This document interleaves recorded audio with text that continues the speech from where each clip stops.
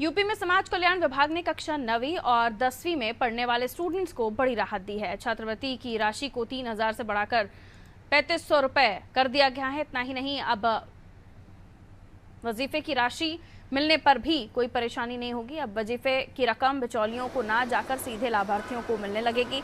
वहीं समाज कल्याण मंत्री असीम अरुण से खास बातचीत की अनादि टीवी संवाददाता अनूप चौधरी ने।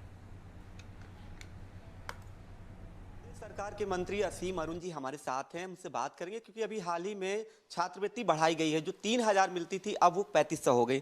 सर, जिस तरह से छात्रवृत्ति बढ़ाई गई है, उत्तर प्रदेश सरकार, योगी सरकार तमाम तरह की कार्य कर रही है, जैसे कन्या सुमंगला योजना, बच्चियों की पढ़ाई के लेकर पैदा होने से लेकर ग्रेजुएशन तक की तमाम व्यवस्था की है। उसी तरह आपका विभाग भी एक नई पहल की, बड़ी पहल की है। 3,000 से 3,500 कितना लाभ मिलेगा, कितने छात्रों को लाभ मिलेगा, कौन कौन से लोग इसमें लाभान्वित होंगे?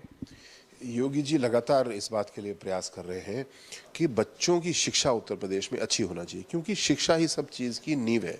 और उत्तर प्रदेश में अगर देखें तो हमारे पास जनसंख्या बहुत है, लेकिन इस जनसंख्या के हाथ में अगर हुनर होगा, उनके पास ज्ञान और शिक्षा होगा, तो ये जनसंख्या हमारे लिए सबसे बड़ा औजार है, सबसे फ़ायदे की चीज़ है। इसके तहत स्कॉलरशिप की योजना की अगर बात करें तो 9th और 10th के बच्चे जो हैं उनके लिए स्कॉलरशिप बढ़ाई गई है। जो 3,000 रुपये होती थी अब 3,500 रुपये की गई है। जो BA, BTech, MBBS आदि कर रहे हैं बच्चे, उनकी आसान किया गया है उनकी पूरी स्कॉलरशिप के प्रोसेस को। पिछले वर्षों में कई बार तकनीकी कारणों से, बैंक अकाउंट लिंक ना होने से बच्चों की स्कॉलरशिप रुक जाती थी, जिसमें छात्र की गलती नहीं होती थी, पर तकनीकी कारण से स्कॉलरशिप अटक जाती थी, जो कि उस बच्चे के साथ ठीक नहीं था। तो ऐसी सभी नियम की बाधाएँ, तकनीकी बाधाएँ दूर की गई हैं और मुझे आशा है कि इस साल हम लोग ज़्यादा से ज़्यादा बच्चों को स्कॉलरशिप दे पाएंगे और जिसका हक है वो मारा नहीं जाएगा जब तक कि उसकी अपनी गलती या उसकी अटेंडेंस कम ना हो। 2017 से पहले ये अक्सर हम लोग सुनते थे कि छात्रवृत्ति लोगों को नहीं मिली। जो वजीफा मिलता था, कभी उसमें टेक्निकल इशू आ गया या कभी फंडिंग की कमी हो गई। तो क्या 2017 के बाद से अब ये क्लियर हुआ है कि अब किस तरह की कोई टेक्निकल इशू या फंड की कमी? देखिए, 2017 से पहले जिस प्रकार के घोटाले हुए, कॉलेज था नहीं, छात्र थे नहीं और करोड़ों रुपए उस फर्जी संस्था के नाम से निकाल लिए गए।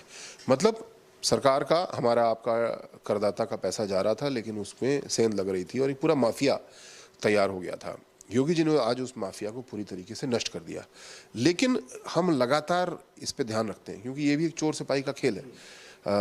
यद्यपि हम समझते हैं कि हमने लगभग पूरी तरीके से भ्रष्टाचार को समाप्त कर दिया, लेकिन अगर कोई संभावना बची है तो उसको रोकना भी हमारा काम है। जैसे कि इस बार से चरणबद्ध तरीके से हम लोग बायोमेट्रिक अटेंडेंस ला रहे हैं।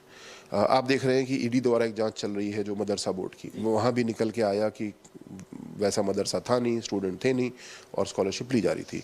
तो इसका जहां आधार से लिंक करने से, खाते से लिंक करने से लाभ मिला, अब जब बायोमेट्रिक अटेंडेंस से लिंक कर दिया जाएगा तो हम समझते हैं कि भ्रष्टाचार की संभावनाएं पूरी तरह समाप्त हो जाएंगी और जहां पे पैसा बचेगा तो फिर सही छात्र जो विद्यालय जाते हैं, पढ़ाई करते हैं, अच्छे नंबर लाते हैं, वो स्कॉलरशिप से वंचित नहीं होंगे। जाहिर सी बात है, समाज के अंतिम पायदान तक जो व्यक्ति खड़ा है, सरकारी योजनाओं का लाभ उस तक पहुंचा और यही वजह है कि 2024 का जो लक्ष्य है भारतीय जनता पार्टी का उत्तर प्रदेश में 80 का 80 सीटें जीतने का, वो लक्ष्य जरूर हासिल होगा। वीडियो जर्नलिस्ट अनिल सैनी के साथ अनूप चौधरी, अनादि टीवी, लखनऊ।